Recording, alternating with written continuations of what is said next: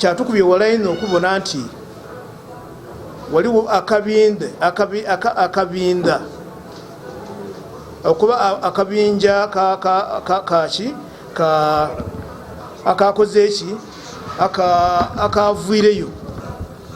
mbuka wakanyaki mbukalikuta mufuti wa Uganda kuluya otegeere mbukalikulonda abaire deputy we nga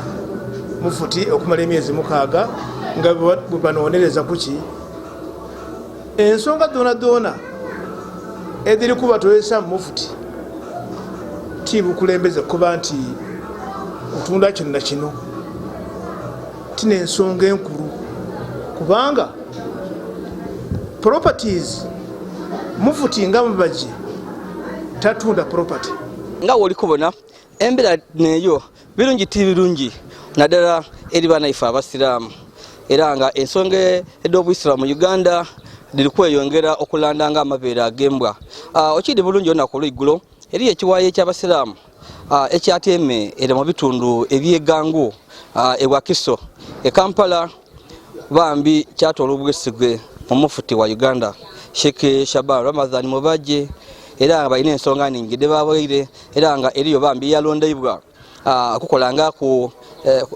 ng'owekiseera emyezi nga 6 mbunga batereza ensonga ed'Obuyisilamu mu bidi bulungi ebyeitaka kutondebwa okwaitaka eriko yokuba nti Obuyisilamu okwendogema omusigiti ogwe Kampala ogwa Gaddafi n'ensonga nnyingi era nga abasiramu ababiri Gangu bambi bawaire ensonga nnyingi bakoba ati mufuti Sheikh Mubajje airenga kubuulya okumbali wabula bebikali bityo abasiramu abakiika mu parliament y'Obuyisilamu e Kampala ba General Assembly abombitundu ebyobusoga bona bawaireyo bekunganikiza ku kitebe eky'abasiramu iganga era nga bano bava kuvaayo bayogera kunaba n'amawulire nga bagakanya ebyakolebwa abasiramu ab'e Kampala olukiiko lw'abaire Gangu Muslim Primary School nga bali kubiwakana nga bakoba ati mufuti wa Uganda Sheikh Shaban Mubajje tibamutola mu bwesige oba tibamugoba mu ngeri etyo nga bakoba ati nga abasiramu balinisa mateeka oba constitution yebagobeera era nga bakoba ati abayenda bona babayenda okola ebintu byabina mu Busiramu balina obikola nga bagobeera mateeka so abebusoga abava kuba wano bambi nga bavumirira ekyo kyakolebwa era nga babigwakanya era nga oli kujja kwawira nga aboogera abasiramu abusoga bo bakoba nti bakali wansi wa mufuti Sheikh Shaban Mubajje era nga bali kutambira wani Uganda Muslim Supreme Council era nga eriyo n'ekiwandiko bambi kibateereko emikono okwemulugunya nga kijire Kampala so embere etyo weri ndi Yazid Yolisigira abakali kusubscribing please go ahead and subscribe like and share our videos nga tuli kugezaako okugondoola ensonga yetwawulire mu mawulire yetwabwene ku mikutu nga bali kulaiza abaire first deputy mufti bwe baliko batimbuli mufuti bwe bawaire emyezi 6 kyetwenze okwinoola wano kiri nti Uganda Muslim Supreme Council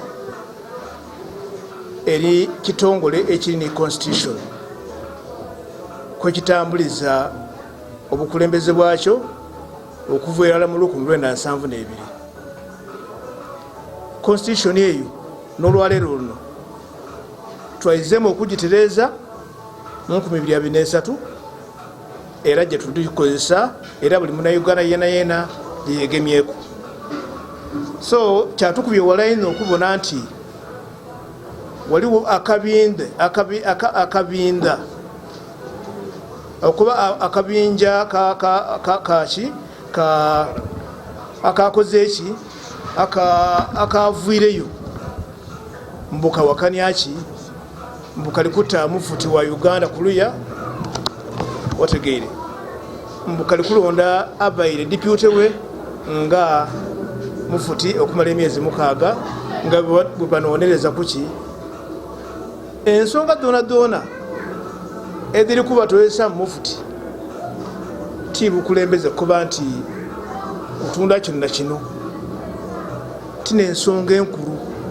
kubanga properties Mufuti nga Mubajje tatunda property wabula abitira muki mu lukiiko management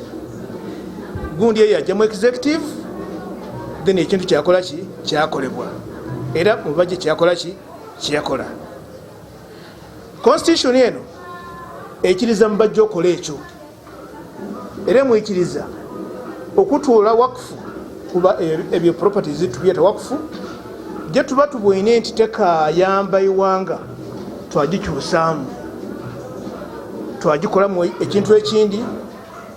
era Mubajje ekyo eno ensonga gye yakola ki gye yakola n'ebizimbe byeyagula nga ali kubitolamu sente ediviire esembabule biriwo era ni media oba niba namawulire basobola okuba nti mwabituukaku oba mwabibona era musobola n'okubibona kuba bikaliwo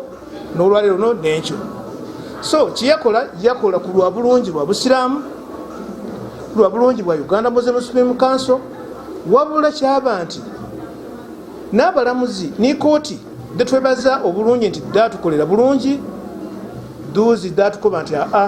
ebintu ebibaire birowoozebwa nti property d'Abasiraamu dijja kutundibwa tidda kutundibwa. Eyo Supreme Court yafulumya ekiragiro ekyo oba ensala eyo yaba nti eteeka kwikaikanya buli muntu yena yena.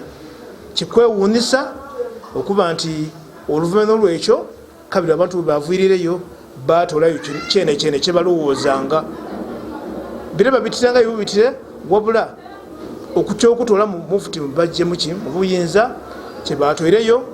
So ife kyatuliko banti no constitution eno nereeta Mufuti wewanga muki mu ntebe era nemutoola muki mu ntebe. Ife tituloba Mufuti wabanga atuse okuvaako aveeko aya avaako atya through the constitution nga bwe twamwingiza nga tuli kumwingiza through the constitution. Ekyo nka ife kyetusaba obukulembezi bwa Uganda Muslim Supreme Council bwa buli Munnayuganda bwa buli Musiraamu aye nga abitawa abita mu constitution eno. So kyetuve tuwakanya ino banaife kye bakoze kifu tikigobera constitution era twenda kubategeeza nti ife nga abeevu ba Busoga ife nga Abasiraamu ba Busoga titusobola kujja nankola eyo. Ife tukali wansi wa Uganda Muslim Supreme Council ekulembeirwa His Eminence Dr. Sheikh Shaban Ramadan Mubajje watujja okutambula naye ekiseera kyona kyona paka watujja okutambula naye ekiseera kyona kyona paka okulonda bwekunakola ki bwekunatuusa okusinziira ku constitution eno bwekola ki bwetulagirira okukola ekyo inshallah taala. Basing on what happened yesterday at Gangu Muslim School, where a group of Muslims gathered and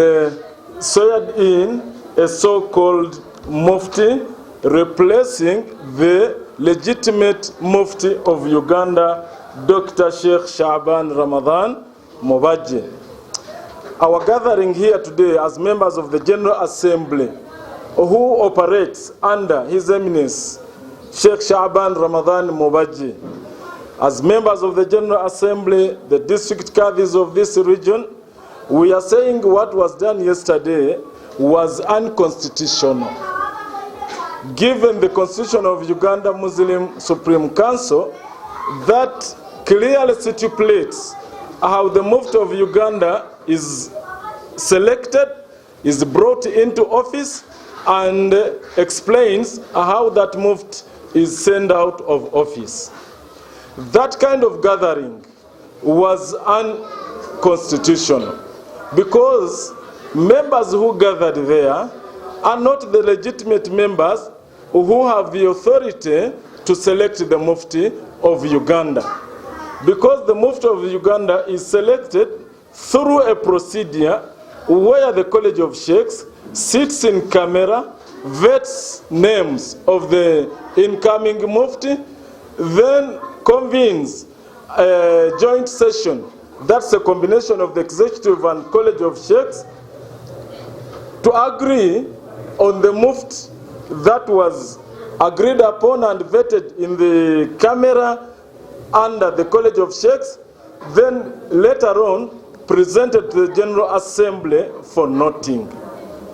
On that note, therefore, we are saying what was done did not go through those procedures, and as a result, we are saying whatever was done, basing on the operational constitution of Uganda Muslim Supreme Council, was null and void. And our logic of sitting here is to disassociate ourselves from such people who thought that what they are doing is constitutional and can bring in office a legitimate mufti of Uganda. We are saying no as members from the Busoga Muslim region. Thank you. Kyewe bijire